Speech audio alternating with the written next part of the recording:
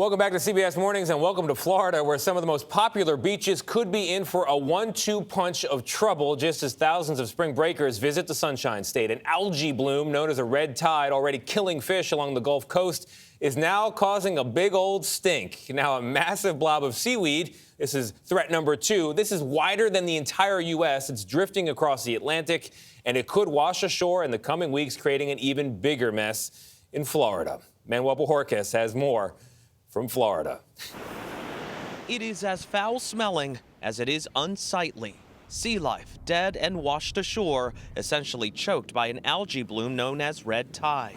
They appear to be cleaned up at this beach in Naples on Florida's Gulf Coast. The smell that lingered didn't stop tourists like Melanie Coulter of Wisconsin. When we were walking from our car here, I'm like, oh, what is that stench? But on a bad day, red tide can have an impact on tourism, as businesses here are still recovering from Hurricane Ian last year. Logan Fitzgerald measures it by the number of beach chairs and umbrellas he rents a day. Today there was a good amount of people out here, but Saturday wasn't too good. Like, not a lot of people were coming out to the beach.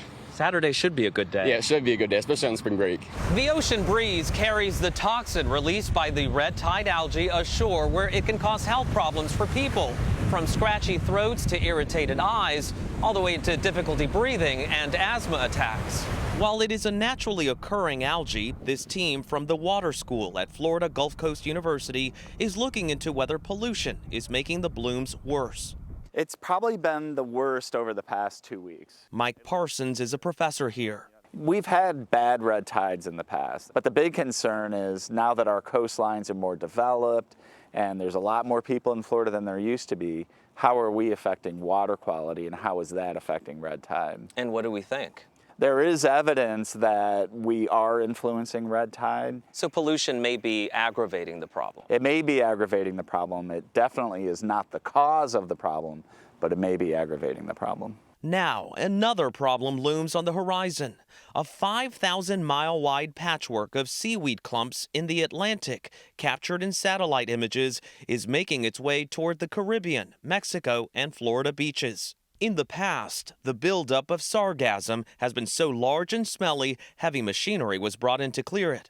As that biomass degrades, it's going to release gases, things like hydrogen sulfide, which smell like rotten eggs, but it's harmful. And so you don't want to be breathing that in a lot. Would you advise against going in the water? If you go to a stretch of beach and you see dead fish and you start getting a scratchy nose or your eyes are watering, probably not the best idea to stay there. The potential impact of the seaweed here is still weeks away. The hope is red tide will have subsided, and all these beachgoers will have to worry about is catching a wave. For CBS Mornings, Manuel Bojorquez, Naples, Florida. I mean, I don't remember it being that bad when I was a kid in Florida, but I also think I've been to spring break before. I've seen it. I don't think those college kids are going to care necessarily. They got other things on their mind. I hope they do care. Well, Manny talked about how pollution's aggravating the problem. Climate change is also aggravating the problem, sure it according is. to scientists. Yeah. Feel bad for those people that have those vacations already booked. Very hard to step over a dead fish and say, hey, come on in, kids, the water's fine. Right, exactly.